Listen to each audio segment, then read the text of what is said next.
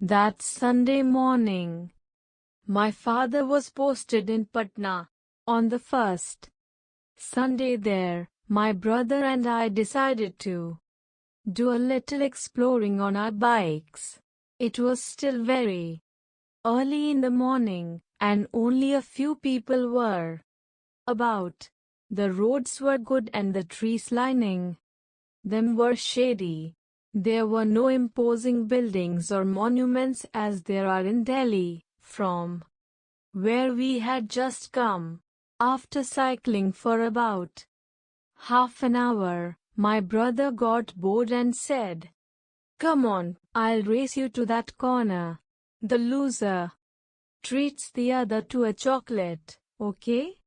"Okay, 1, 2, 3, I said, and then we were off.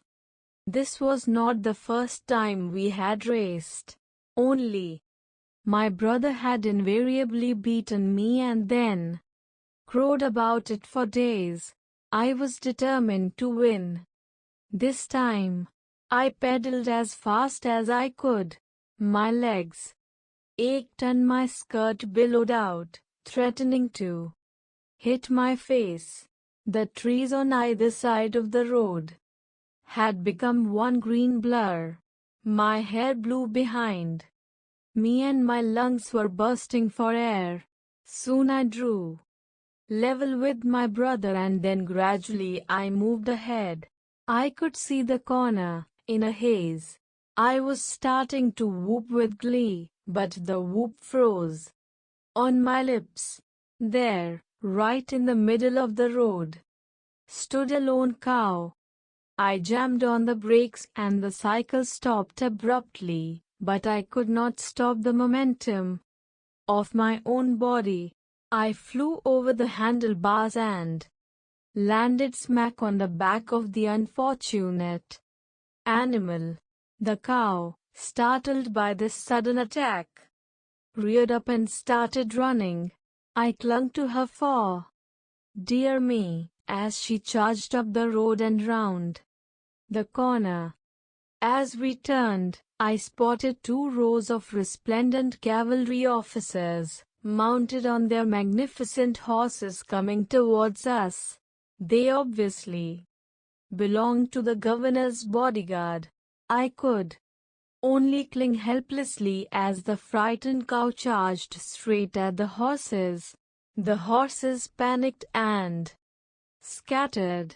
There was a regular stampede. The cow managed to fall into a ditch and in the process, dislodged me, and I landed on the soft earth bordering the ditch. I sat up with a groan and saw that the cavalry horses were still out of control. Some of them were running like mad in circles, while their riders tried to bring them under control. 2 horses were nowhere to be seen, and one horse threw its rider right in front of my eyes. The poor man landed in the ditch just next to the cow. The cow, thinking this was another attack, bellowed loudly and, lowering its head, charged at the unfortunate man. The poor fellow scrambled out of the ditch, tearing his pants at rather an awkward place. Realizing this, he sat down on the road with a thump and would not get up. I saw my brother approaching with my bike in tow, coming up to me with a grin on his face. I felt like hitting him. "You looked such a sight on top of that cow," he said and started laughing. Then he probably realized that I might have been hurt and asked, "Are you all right?" "Of course, I am," I said haughtily and got up. At once. Nothing on earth would have made me admit to him how frightened and shaken I was.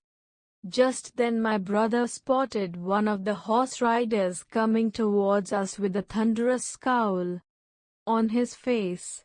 Behind him was the man to whom, in all probability, the cow belonged. My brother gave them an uneasy glance and said, "I think it would be nice if we moved quickly from here."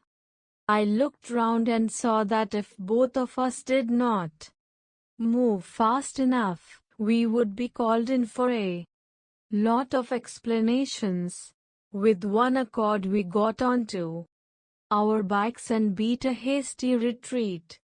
The morning had already been rather eventful, and we did not want to add another unpleasant episode to it. Thank you.